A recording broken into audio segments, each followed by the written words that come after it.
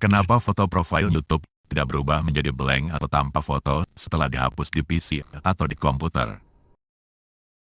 Walaupun halamannya sudah kita reload berkali-kali.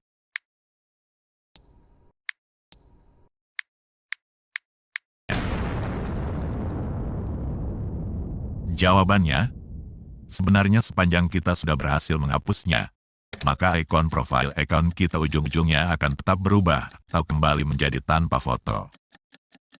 Tapi sistem membutuhkan waktu dulu untuk menerapkannya. Lama cepatnya tergantung pada 3 hal. Pertama, cepat lambat koneksi jaringan yang kita gunakan. Kedua, jumlah antrian orang di dunia yang juga melakukan hal yang sama terhadap foto profilnya seperti kita. Dan ketiga, kondisi sistem dan server Google. Tapi jika ketiga hal itu lagi bagus saat kita melakukannya, maka perubahan ikon profilnya akan langsung muncul bagi kita.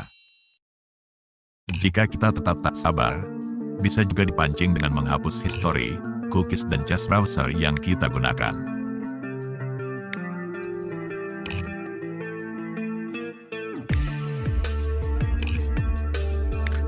Jika tetap belum berubah, ya terpaksa ditunggu saja sistem menerapkan perubahannya secara otomatis.